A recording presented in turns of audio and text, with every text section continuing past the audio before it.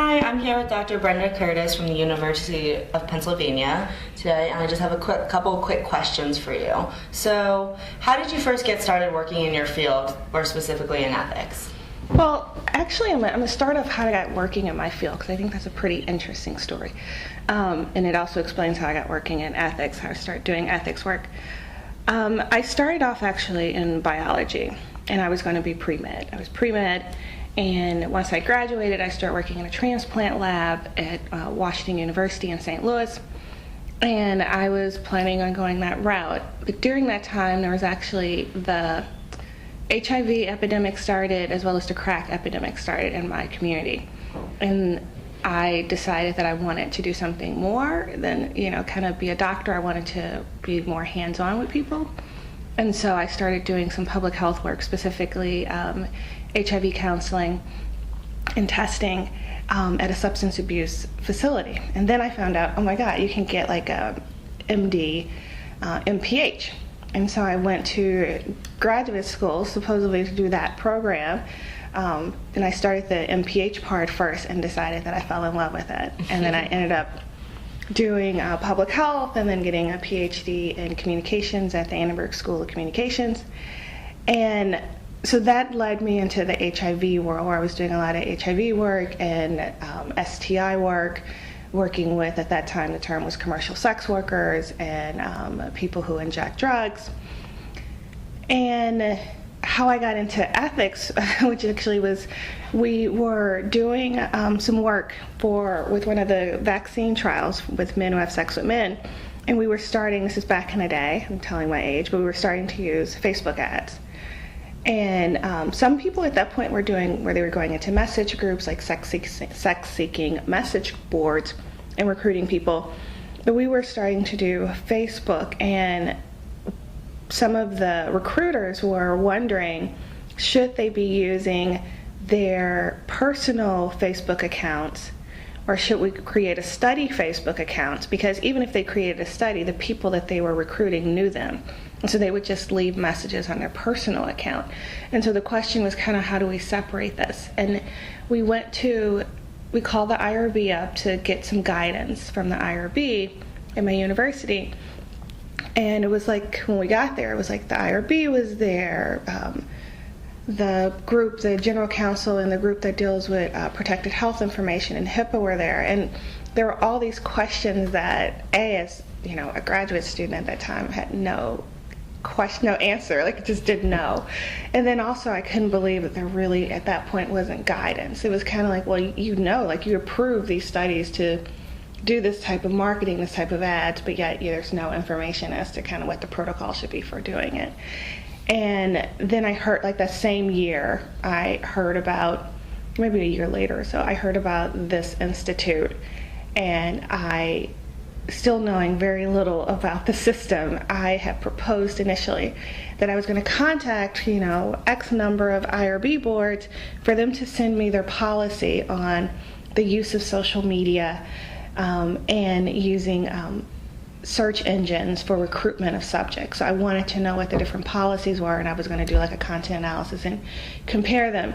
And when I proposed that, Celia and Doyle, there was kind of this joke of, those policies don't exist. You probably are the one who should help start making these policies and at least start the discussion. And so that's how I got into ethics. It was really backwards. It was just like how I got into public health. It was kind of this one door open, and I'm like, that looks interesting, or I have a question, or I want to help in that, and then I just started doing it. That's so great.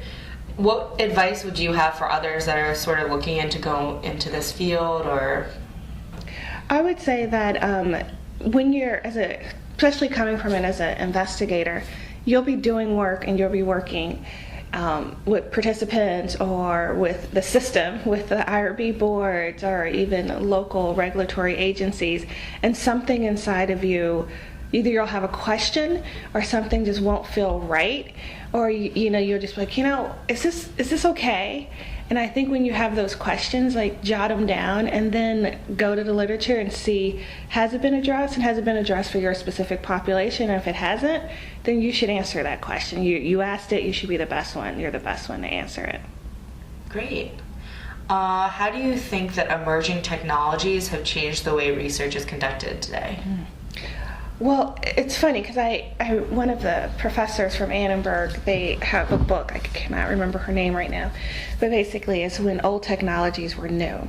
And she traced how, like, when the telephone was introduced, how that replaced the telegraph, or the thing that they used to use to send wired messages, right?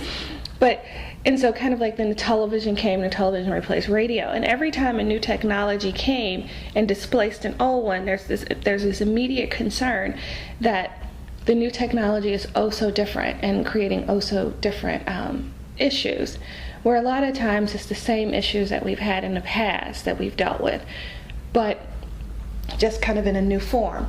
And I think when we start thinking about some of the digital technologies, we have to see what's old and what's new. The problem, or one of the main concerns with the digital technology, is that you can have so much information, like we never had really this before, being able to have so much information that can be combined about people into one source. So separately they're fine, but when you put them together, they can create issues. And then there's the who owns the data and who has access to the data. So I would say that it's research, because of digital platforms, is being changed from the recruitment phase of initially even getting people. We can reach people all over. I mean, it's 90% of the people are online. Depending on how hard you want to work, you can reach most people.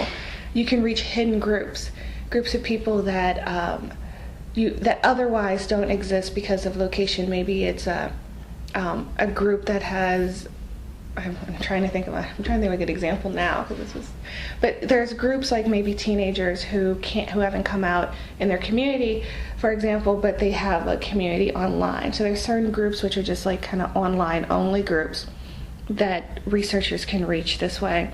And then there's also groups that are marginalized, and so they're hard to reach other ways too. So I think that it allows you to do the recruitment in, and then then you have the research in. I mean, there was one of the pharmaceutical companies that were attempting to do I'm sure it's probably already happened by now, but they did an online clinical trial that was mainly online. I mean, people had to go to the doctors, but they could go like to any doctor no matter where they were at, and the information and the lab work got sent in. People are doing focus groups online. You can do interviewing online, and then you can do surveys, and being able to manipulate people into various conditions, like doing manipulation checks and stuff. So I think it's changing from the recruitment to the consent to if you're doing interventions or even just ethnographic work where you're watching people. All parts of that are being changed by technology. I mean, today we're using a digital recorder. There could be a question of how is this interview going to be deleted, and so it's changing everything. That's so great. Do you have any sort of recommendations for how we should proceed with these new emerging technologies? And do you think that in any way you foresee these technologies being hindrances or problematic for research? Because I can only imagine, people say like the whole online community can be good in a lot of ways, but sometimes when people become disassociated with one another in real life, maybe holding focus groups on the internet, does that maybe make people more open to sharing? Well, I think one of the things that we looked at years ago with, for example, taking surveys, using computer-assisted surveys versus having an interviewer. People do respond differently to the medium in which they're on. If it's an interview, a paper and pencil, a computer. So I think that we have to empirically look to see the type of information we get on these various mediums and these various apps or wearable devices. How valid is it? And of course, always the question is, well, what is the valid information? If we know that people are more likely to share online, what does that mean? We also know on social media, people have a persona that they're creating. So which one impacts their behavior more? What actually is their behavior? So I think that we need to empirically look at that. just because a medium exists and it seems cool does not mean that's the appropriate medium for your intervention or your research. I think researchers need to make sure they're matching, and it's not just like, oh, let's use Twitter, or oh, let's use that they're matching what they need to do for that. I mean, there is something to be said, especially with us working in sexual health and working with marginalized populations. There is something about the act of touch and being involved and being in the same room with the person that can be a benefit. As you mentioned, kind of the isolation that people can be feeling. So having a person come in, that may be okay, that, just because we can do it digitally or do it on, a video chat does not mean we need to. I think researchers have to match that. The other thing is, if researchers are going to use technologies, as well as the IRB boards are going to allow this, they need to know the technology in and out. They really need to research it just like they would be researching a scale or anything else that they were going to use. They need to know all the players that are involved in the technology. They should be talking to their universities or their institutions and their general councils about doing business association, or what is it called, BAAs, business agreements. This is called business agreements. They need to talk to their institutions and their IRBs and maybe even general counsel about doing business agreements with third-party providers to ensure that the human subjects protections are met, but also protections of the data and who owns it and who has access to it, and the protection to the institution. So I think that researchers need to match the technology to what they're doing and ensure that it's the appropriate technology, and they also need to make sure they really understand that technology. Great. So I just have one last question.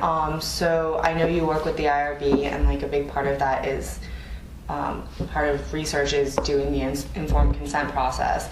And I just have a question. So how would you foresee the informed consent process changing as we start using these different platforms of both finding subjects and then going through research studies? Because some of the studies that we are doing, it's very difficult for participants to even to understand what's going on. There's a lot of complexity in the studies themselves, let alone understanding the repercussions potentially online for having maybe some sort of mark online or being part of some sort of data sharing. And how do you think that you foresee the informed consent process changing?